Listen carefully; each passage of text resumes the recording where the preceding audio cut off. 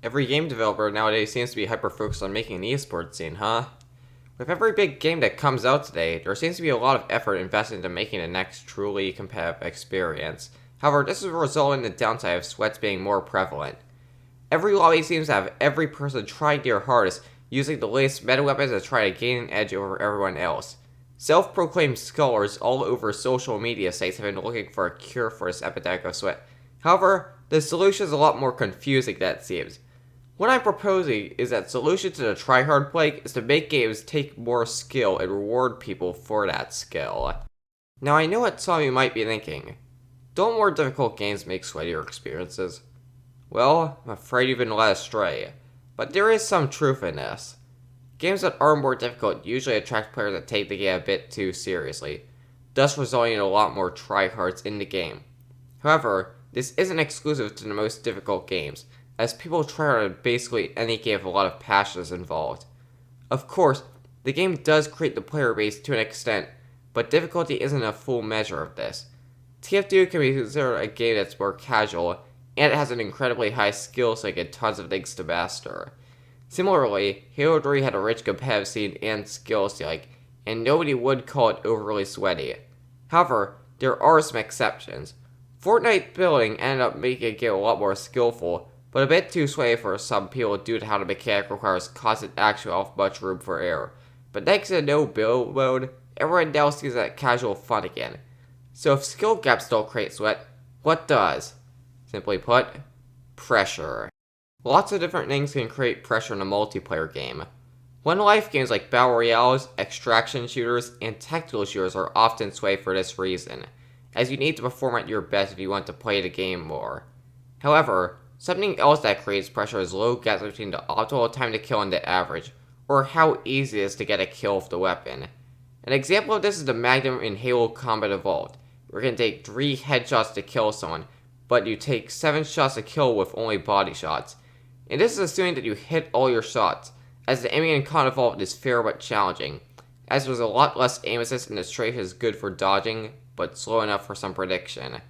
It's often seen as the most skillful game in the trilogy, however it's still perfect as a party game because there's not that much pressure to aim. Well, compare this to Halo Infinite, which is seen as significantly sweatier.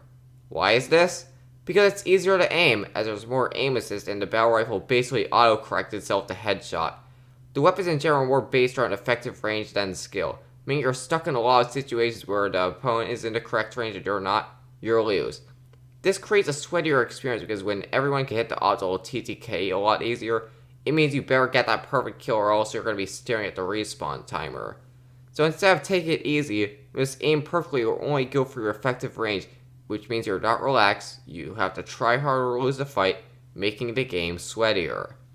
However, it's not just increasing the aim skill gap that makes games less sweaty, but also emphasizing the skill positioning and movement more. The universal implementation of sprint and hero abilities have been one of the worst things to happen to the FPS scene. This isn't me saying those mechanics don't have a place in the FPS market, but the oversaturation of them and the need to put them in every game has become tiring. Some fans of Halo Infinite and Apex Legends like to talk about how great the movement in the game is. However, I feel like the movement is mostly irrelevant in an actual gunfight. I go more in-depth to this in another video of mine. Go click it, by the way. With Apex Legends, all that tricky movement does is give you an advantage at the start of a gunfight, as you cannot do it while aiming down sights, and you can't shoot while sprinting. It's a similar case with Halo Infinite, as while enthusiasts of the movement may say it's great in terms of making a bigger skill gap, I feel it narrows it. Sure, while there are some neat map-specific movement, it once again barely matters in a gunfight other than engaging the enemy faster. What it does more, however, is reduce the positioning skill gap, as you can more easily escape fights without the enemy being able to properly chase you down. And I know it's a 10% increase in speed, but that's still a decent amount. Just because it's not as damaging as before, doesn't mean it doesn't damage a sandbox. Just because there's only one leak in the roof instead of 3, doesn't mean that leak needs to be fixed. You get it? Alright. Not only does sprint make it easier to run away, but it also adds some uncertainty and outcome in map movement, which is often equivalent to luck, as Richard Garfield explains in his video on luck versus skill. This uncertainty and outcome in question make it so you need to try to be aware of your environment all the time, or someone could just jump you and there's nothing you can do, making the game sweatier as a result. And no, the small relevant skill gap increase on stuff like curb sliding does not make up for the reduction of positioning. Shyway. There's also discussion to be had about the addition of sprint increasing aim assist, but quite frankly, the solution at that point should be just replace aim assist with gyro aim. Back to movement. Hero abilities that increase movement for basically free are similar, as the positioning game is completely messed up as you can just get out of jail for free a lot of times in Overwatch. It also applies to characters like Jet and Valorant, which once again puts more pressure on you to get a perfect kill. However, there's one thing I like about Valorant, and that's Raze's blast packs. Personally, I think more sandbox or environment-oriented movement should be a priority, as that's a lot easier to track and requires important resources to do rather than it be an instant ability. Raze's blast packs do exactly that, and this also applies to explosive jumping in Halo and Team Fortress 2. As for typical movement, we should still go fixed movement, as you want to have the player move faster, just simply turn up the movement speed, as sprint is mostly only good in games trying to be more militaristic and authentic. Micro movement should be emphasized so we have opportunities where players can dodge their ways through encounters, making it a less sweaty experience because you just don't have to rely on aim only. Don't make this strafe instant though, as that will just make gunplay more frustrating. One more thing that can increase the skill and is more complex map design that rewards players who know the map. With a lot of modern games, the map design is overly simplistic and often results in both players going down one lane and just going into a gunfight, making the more passive skill positioning less important and more focusing on raw aim, which once again puts more pressure on the player. So how to make the game less about sweaty aim duels? Once again, increase the skill thing by emphasizing map knowledge. Make maps more complex, add clear points that add an advantage, make some space dedicated safe zones, for a break. Once again, reducing pressure. Maybe you can draw in some special jumps that require map knowledge, and don't be afraid to add a cool gimmick. Interactive elements are always a treat in map design. It's a shame it's not that present anymore. You could also try to make the maps have completely different map design philosophies with another. And you don't even have to go with perfect symmetry. If you're making a game that has pickups, make them important. Don't go with the Overwatch route where they're mostly superfluous because you have 3 healers. Look at, say, Quake or Halo. Overall, have some fun with it instead of just sitting down and saying, how can we make the most bland, crowd-pleasing map that's suitable for esports? Before someone talks about maps being this way for competitive integrity, that's a cop-out answer. You can make plenty of great maps that are suitable for high-level play, as you see with the old Halo games. You just need to be a bit more creative and skilled rather than just, being boring. However, someone might say something like, what about all the new players? You're just making the games less accessible and making them too hardcore. But here's the thing, that's not only false, it also doesn't matter. When you're making a game, you often want to ask the question, who is this for exactly? You might get multiple answers. Sometimes you're just trying to make a game for your own vision. Sometimes you want a specific niche. And if you're Ubisoft, you're gonna try to get everyone. No matter what, the last thing you want to do is purposely alienate your audience. But sometimes that's what companies just do. With multiplayer games, you want people to dedicate their time to your game. So how do you do this? Well, you can go with the malicious practice of trying to monopolize their time with challenges and battle passes that force them to turn the game into a job. You go with the scummy universe known as engagement-optimized matchmaking. Or, you can make people organically want to play the game more by rewarding playtime with better skill performance.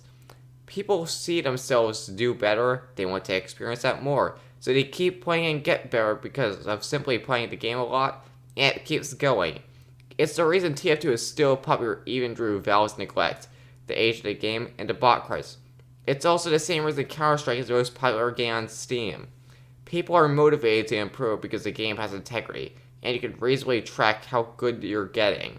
If people truly love the game they're playing, they'll stick around even if they're bad at it. They'll know that, hey, being bad is the first step to being kind of okay. This is how esports scenes are created. Not from out-of-touch developers trying to tap into a profitable market, but from passionate players that want to push themselves to the limit. If you want some more casual players around, compromising the skill set is not the way to do it. If people are scared away from the game because it has integrity, they wouldn't stick around anyway. Instead, we should focus on allowing more community content and alternate game modes for more casual play. This has historically been great for every game, and the success of games like StarCraft, Skyrim, Minecraft, Halo, and Roblox shows how powerful giving power to the players can be. One more thing we can do to universally enhance the player experience is not necessarily related to the game mechanics, but more related to how the game gives you matches. That's right, it's time to tackle skill-based matchmaking, or when you pull off the Scooby-Doo mask, engagement-optimized matchmaking. Modern matchmaking systems are more focused on trying to keep the player hostage rather than providing a satisfying experience. Honestly, I think completely random or ping-based matchmaking is simply better, as it provides a better feeling of improvement rather than, you stomped the game, now it's your time to get stomped. Engagement-optimized matchmaking makes games feel a lot sweeter due to the fact you're constantly pushed into games that push you to the limit, and when that doesn't happen, you're bored to death because you get completely stomped or you effortlessly destroy a lobby. There's barely any room for experienced players that go off bed and relax, as you're constantly being pushed into ranked lives with no medals. Someone might say I'm advocating for smurfing, but I think we should go near the gold standard that was set with Halo 3 years ago. Its matchmaking would purposely give tough and easy games along with the balanced ones you should expect. It's for this reason Halo 3 had an incredibly high player retention. If it isn't broken, don't fix it. Basically, allow a larger skill margin for matchmaking. The War Owl explains this a lot better than I do, so you should watch that video. I also think the players should be rewarded for more for their time put into the game. If you play for a long time and you're pretty good at the game, you should be rewarded with high kill gains instead of just being subjected to the same experience everyone else has. It's like you're paid for a job relative to your co-workers, but if you get promoted or get better, you're immediately drawn in with better co-workers, so you don't get paid more. This is fine in ranked modes, because they are specifically designed to reward you with a shiny badge, but in more casual modes, this is downright inexcusable. Now I know someone's going to pull a new player card, but once again, if your players truly love the game, they will keep playing and be driven to get better even if you're doing badly at the start. You have the typical skill distribution. If players are randomly drawn with lobbies with other players, there will be significantly fewer great players and significantly more new players, meaning they'll be able to fight others at their own skill level more often. Again, we shouldn't try to appeal to an audience that won't stick around in the first place. However, I do acknowledge that we shouldn't entirely focus on skill, as some uncertainty in outcome is required for games to be enjoyable. If a game is entirely built on skill, it ends up becoming exciting for a bit. However, the appeal will run dry because eventually a matter is fully determined and the overall game style becomes only dependent on a single factor. Despite how skill-based you might say your favorite game is, there's still probably going to be a lot of uncertainty in outcome or just plain luck. Take Team Fortress 2 for example, my favorite multiplayer game, which is better than yours, by the way. There's a low-hanging fruit of random crits and random bullet spread, but the players in the server and the physics add further ways to spice up the experience. Take this interaction where I personally surf the enemy's rocket to abuse the physics engine, and then unintentionally jump onto a spy to fully escape the bad situation. This situation could only be spawned from complete and total chance, yet is incredibly memorable and a great moment. Or how about this clip, where my grenade and the scout's baseball collide midair, causing both to bounce off each other in a 1 in a million moment. Granted, not all forms of randomness or uncertainty in outcome are welcome, as Blue and Halo Reach was complained out a lot for a reason. And sometimes you want to add more or less of this uncertainty. It depends on the overall game design. For example, Counter-Strike is very rigid for a reason. However, there's a lot of uncertainty when trying to predict enemy economy and overall positioning. Just make sure to understand your game's design, or else you end up trading grenade physics for a more competitive experience that isn't more skillful than its predecessors. Can you tell I don't really like Halo Infinite too much? Overall, I think this result of making a lower skill ceiling is generally a result of companies trying to market esports under the anyone can be a champion mindset. This results in a lot of mechanics being on the table to make it seem like there's a lot of depth, but in reality, the game doesn't take as much skills as precursors. This doesn't matter too much with the esports scene, as hardcore players will grind the game anyway to try to get into tournaments. However, this illusion will fade eventually. Generally, Games that are focused too much on trying to become an esports sensation will never stack up to games with competitive scenes that are spawned out of pure passion, where a champion can come from anywhere. So, make sure to know your audience and make sure not to compromise anything, whether it be the noobs or the pros. The core player base is the core for a reason. Thanks for watching, tell me what you think in the comments, and I'll see you in the next one. Goodbye.